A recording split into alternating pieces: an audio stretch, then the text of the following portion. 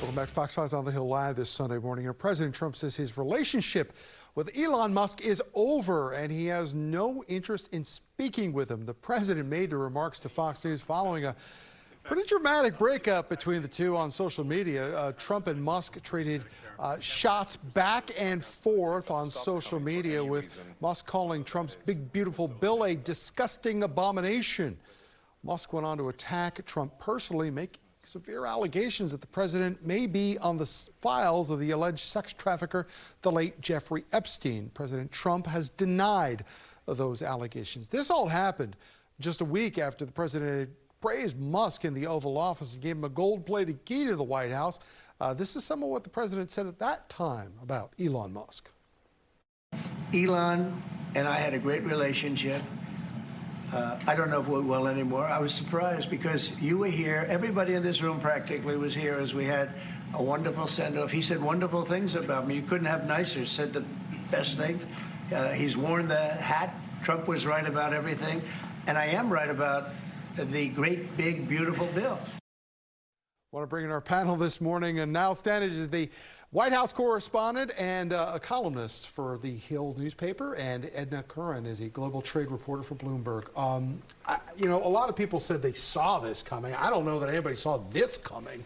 What was the feedback on what led up to this? Because it seemingly ended on good terms, but very quickly just dissolved on contact. Yeah, I think that's right, Tom. I mean, people expected at some point there would be a falling out. The rapidity that it happened with and the extreme language used was the more surprising element.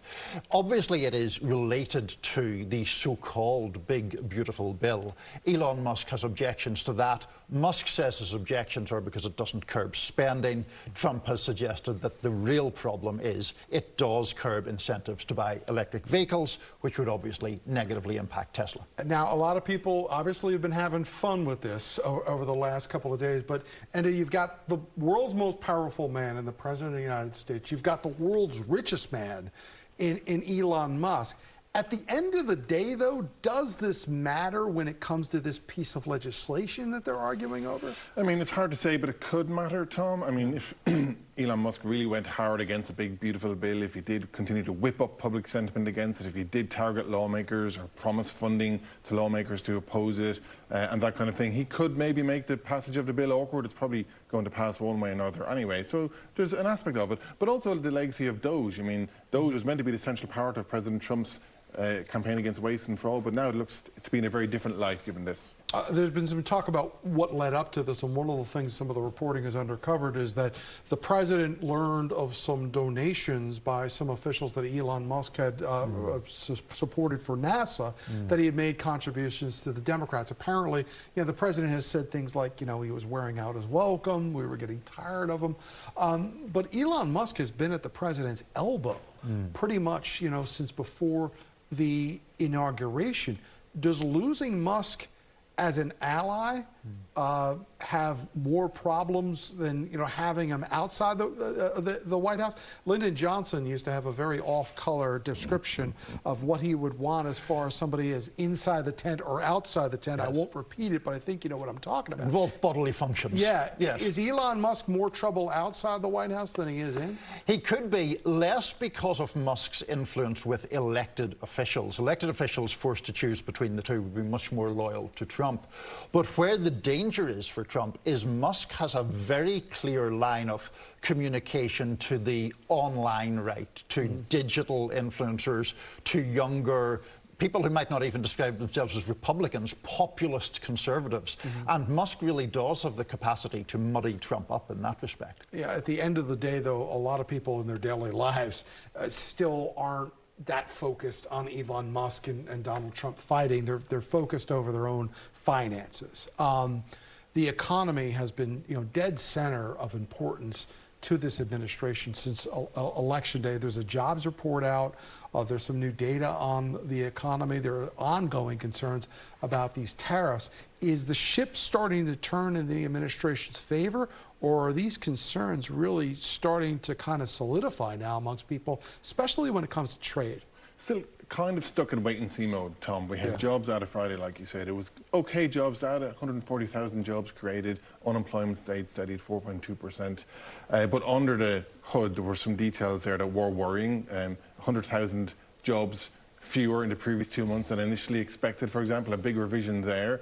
There are fewer people looking for work now. That means they're just falling out of the workforce altogether. So there are signs of softness in the labour market. And then on the manufacturing side of things, their sentiment remains pretty much in the doldrums. So, you know, the administration can say the economy is holding up okay, which it is, and that's a good thing. But there's still plenty of worries that this whole tariff sweep will eventually start to hurt activity, especially in the second half of the year. Yeah, and the foreign affairs work on the White House this week wasn't just limited to tariffs. There was this travel ban that was reinstituted, and it harkens back to the first administration.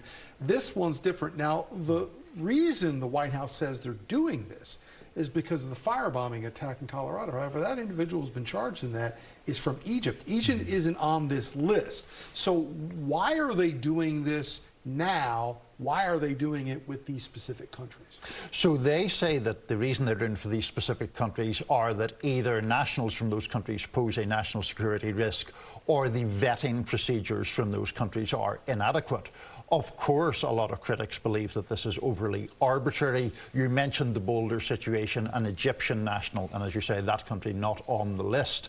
I think obviously it is part of the broader Trump effort to force a much harder line on migration issues writ large. Yeah, this is something that came up when the head of Germany came to the country this week, sat in the Oval Office with the president, and actually presented him a document showing President Trump's grandfather as well, too.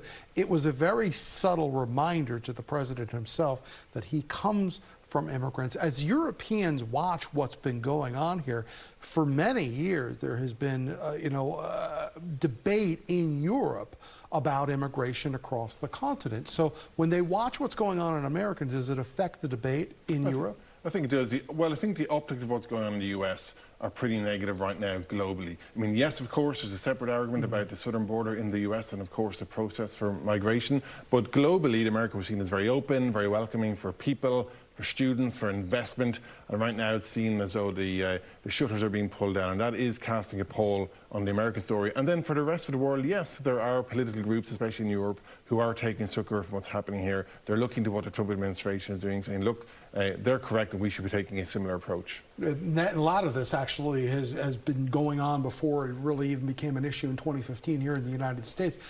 Looking forward as they move through, will we see more of this? Could they expand this? You know, Afghanistan is on this list, and there were concerns about that as well because of the fact that some Afghanistans had assisted U.S. troops in our actions over there. Yeah, absolutely. That is a real issue. Now, the administration is saying that people who already have special visas from Afghanistan will be okay, but that does not mean that that is universally the case. The administration can expand these bans if it wants to. Niall Stanage from The Hill joining us this morning. Enda Curran from Bloomberg, Global Trade Reporter. We thank both of you so much for being with us this morning.